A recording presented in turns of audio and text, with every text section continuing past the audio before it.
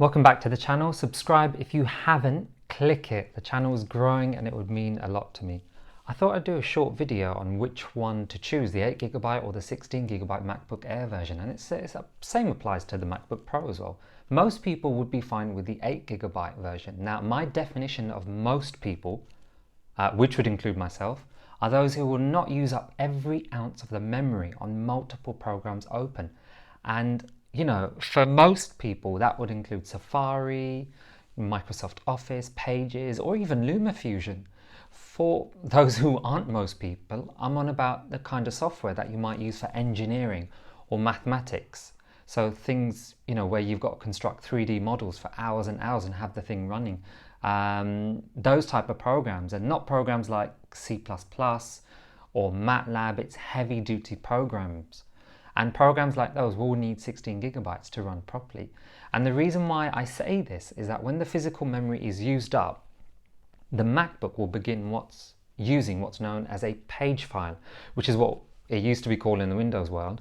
Mac call it a swap file. And this means once the physical memory is used up, so all 8GB would be used up here, it would use the SSD as a bit of extra memory.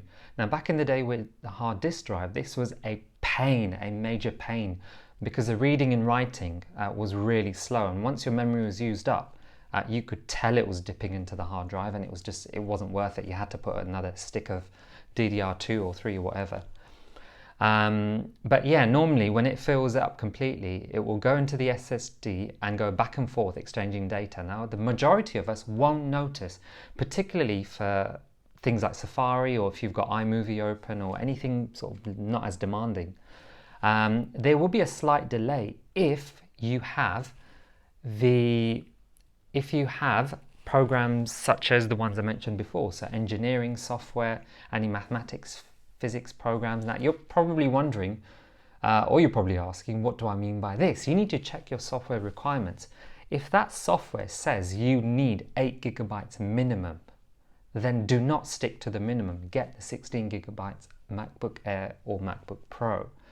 Okay, as I said, with most people, the 8GB is absolutely fine. In fact, the 8GB in my version here is way more optimized than my Windows PC, which has 16GB DDR3 of memory in it. Apple on their website refer to it as unified memory. So they've optimized it really, really well. And I was going to suggest as well, on YouTube, yes, I'm recommending another YouTube, but it is Max Tech, and he's really, really good. He has done a benchmark for 8GB for you. So 16GB, I mean, obviously 8GB is faster, 8GB takes longer, and 16 is faster in that respect. But 8GB will get the job done. So if you perhaps can't shell out the extra couple £100 or dollars for 16GB version, and you need to use engineering software or something like that, and you want to get it, this will do the job for you. Okay, it will just take maybe, I don't know, a couple minutes extra longer, I guess. If you're prepared to wait, then that's fine, I guess. This machine won't let you down. It's not like the 8GB Windows laptops that you do get.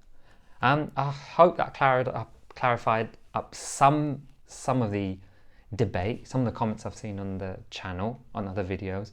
Let us know what you think below by leaving a comment. Like the video, and please consider subscribing if you haven't. It would mean a lot to me. And until next time.